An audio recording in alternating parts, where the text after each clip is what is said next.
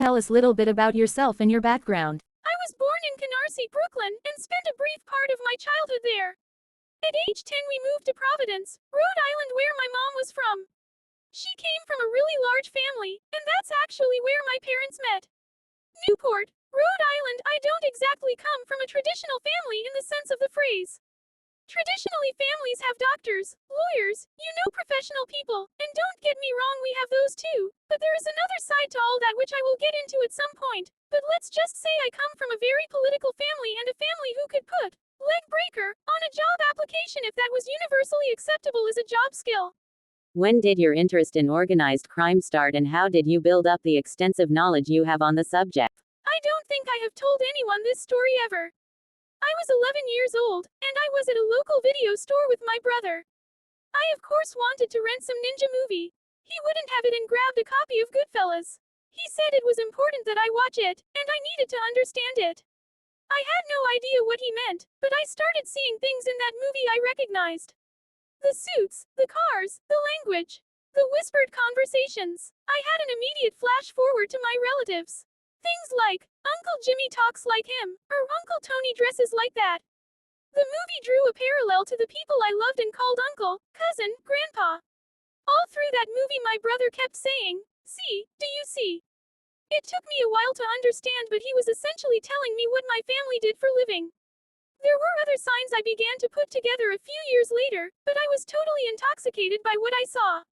From that day on, any book I could get my hands on, or any whispered conversation I could overhear, I wanted to be in the thick of it. I leaned to play dumb and listen to those conversations, and I could read between the lines.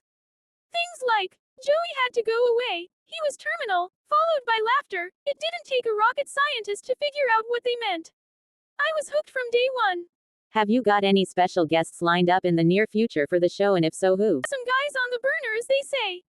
Jimmy Calandra is a guy the first would like to have on, but I get requests for a ton of different people all the time, and I have to schedule it out, and that's not always easy. I have talked to Frank Ganji, and I am still working on those details. I did a Q&A with Dominic Montiglio. He felt more comfortable going that route, but maybe I can convince him of otherwise. The big one is Nicky Scarfo. I reached out to him in prison to answer some questions, and I am still waiting to hear from him. Apparently my show is listened to in prisons. I have no idea how, but too many people have told me otherwise, so, who knows? Who inspires you? My grandfather is my biggest inspiration. He was really special. It's not just what he did, but it's how he led his life. The lessons he taught me I still take everywhere with me today. Some might ask how I can love someone so much who might have done some pretty bad things. The answer to that is cliché, but who did he hurt? They only hurt those in that life. He did whatever he might have done because the ends justified the means. He protected us, loved us, and I never saw that bad side of him ever. The only thing I ever saw was one time on Federal Hill. He went into a laundromat to pick up some clothes. There was a drunk guy inside hassling the owner. My grandfather tried to intercede. He was being diplomatic about the situation. The guy called my grandfather a wop, and my grandfather threw him through a plate glass storefront window. I asked him later in life why he did that, and his response was twofold. He said, "Your words can get your body in a lot of trouble if you aren't careful." He was teaching me that you never use racial slurs or ethnic slurs towards anyone, and that you also have to have respect for yourself. He was gentle, smart, loving, and truly one of a kind.